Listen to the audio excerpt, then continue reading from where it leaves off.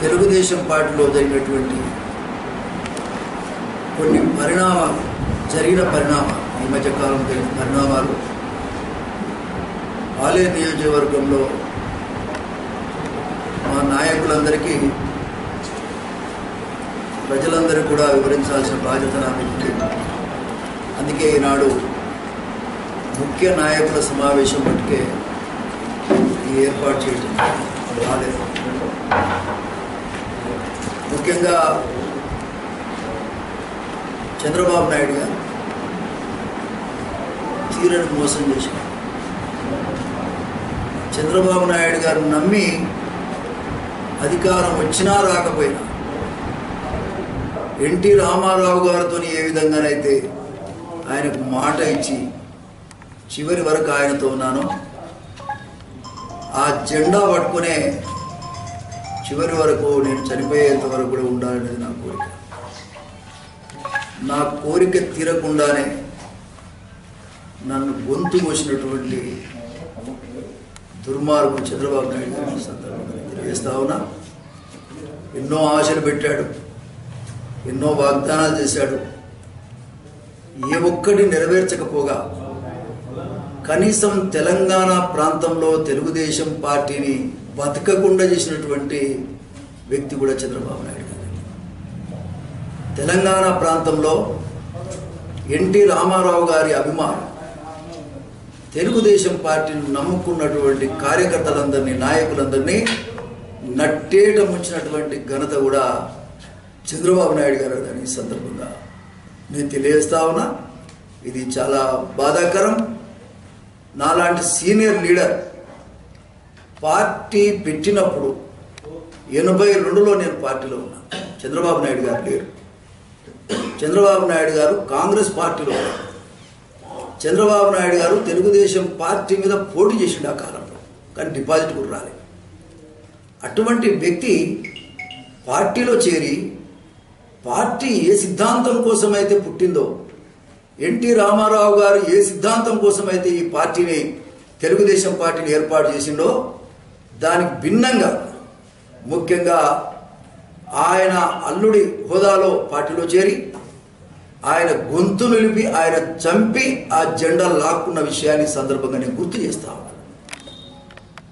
ముఖ్యంగా ఎన్టీ రామారావు బతికుంటే ఆ కథ వేరే తీరుగుండేది. ఆయన చనిపోయేటప్పుడు కూడా మా అందరికీ ఒక 20 మంది శిష్యులం చివరికి ఆయనకు మిగిలినాం. ఆయన చనిపోయేంత వరకు కూడా ఇవాళ తెలుగుదేశం పార్టీని నామరూపాలు లేకుండా చేసినటువంటి ఘనత కూడా చంద్రబాబు నాయుడు గారి సందర్భంగా నేను తెలియజేస్తా ఉన్నా. ఎన్టీ రామారావు మహనీయుడు. ఆయన దయ వల్లనే ఇవాళ ఒక రాజకీయ వ్యవస్థ వచ్చింది. ఎంతో మంది నాయకులు అయ్యారు.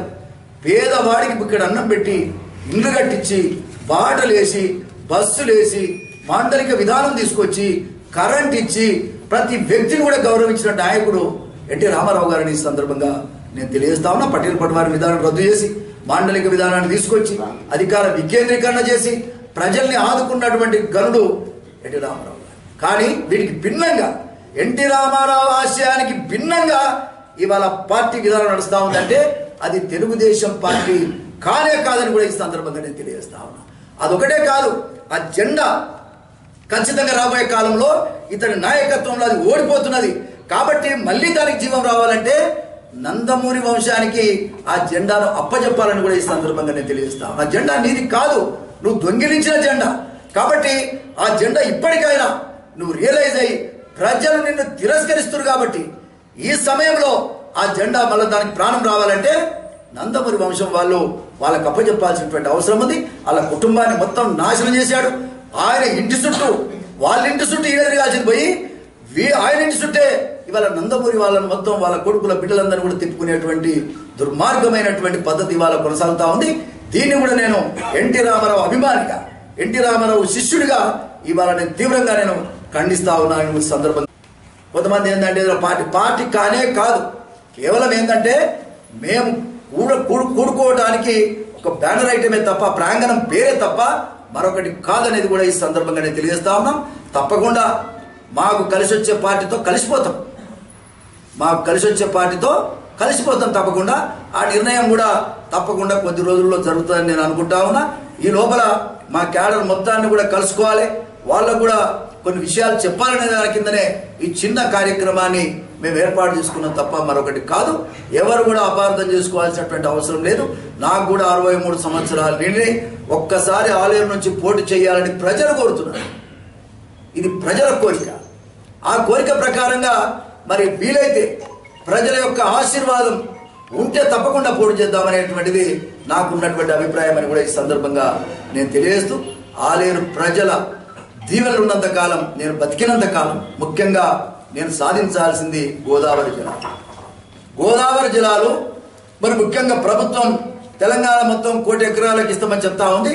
ఖచ్చితంగా ఆలేరు నియోజకవర్గం, భువనగిరి నియోజకవర్గాల కోసం నేను జిల్లా కోసం అడుగడుగున పోరాటం చేసి పెద్ద ఎత్తున ఉద్యమం చేసి నేను సాధించుకొచ్చిన ఆ యొక్క తృప్తి నాకుంది. ఒక సీనియర్ లీడర్గా ఆలేరు నియోజకవర్గం భువనగిరి డివిజన్లో జిల్లాను తీసుకొచ్చినటువంటి తృప్తి నాకుంది. రాబోయే కాలంలో కూడా నీటి కోసం గోదావరి జలాల సాధన కమిటీ పేరు మీద పోరాటం చేస్తాం. గోదావరి జలాల సాధన కమిటీ పేరు మీద పోరాటం చేస్తాం. రాబోయే కాలంలో కూడా ఆ నీటిని సాధించుకోవాలనేదే నా కోరిక. ఆ నీటిని సాధించి ఇవ్వగలిగితే నా జీవితం సంపూర్ణమని కూడా ఈ సందర్భంగా నేను తెలియజేస్తూ, నేనేదో రాజకీయ ఆశల కోసమో రాజకీయ అవసరాల కోసమో నేను మాట్లాడటం లేదు.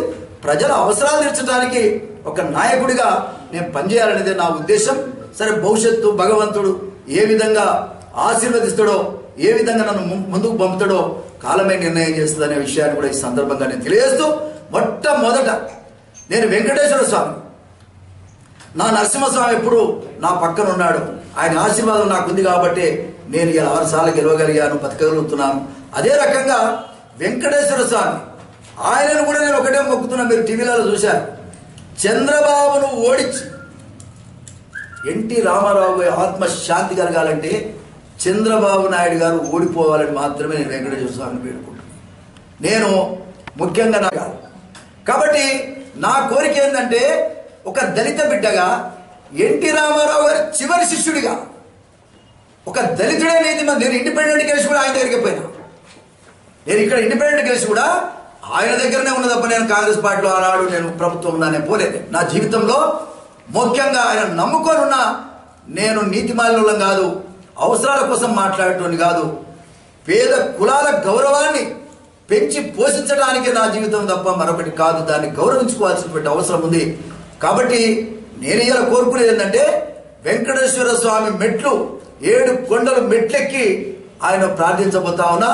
చంద్రబాబును ఓడించండి, చంద్రబాబు వ్యతిరేక శక్తులంతా ఏకజేయండి, ఆయన ఓడించి ముఖ్యంగా ఎన్టీ రామారావు ఆత్మకు ఆయన చివరి కోరిక ఏంటంటే, ఈ యొక్క ప్రజా వ్యతిరేకి ప్రజా జీవితంలో ఉండరాదు, ఇతని వల్ల ప్రజలకు అన్యాయం జరుగుతుంది, నమ్మకండి, మోసపోకండి, ఓడించండి అని చెప్పినటువంటి ఎన్టీ రామారావు గారి మాటని మళ్ళొకసారి మరి ఆ దైవ సన్నిధికి తీసుకురావాలనేది నా కోరిక. కొద్ది రోజుల లోపల తిరుపతి కూడా వెళ్తానని కూడా ఈ సందర్భంగా తెలియదు. ఏంటండి, వీడియో నచ్చిందా? అయితే ఓ లైక్ వేసుకోండి, లేదంటే ఓ కామెంట్ చేయండి. ఎప్పటికప్పుడు మా వీడియోస్ చూడాలంటే సబ్స్క్రైబ్ చేసుకోండి.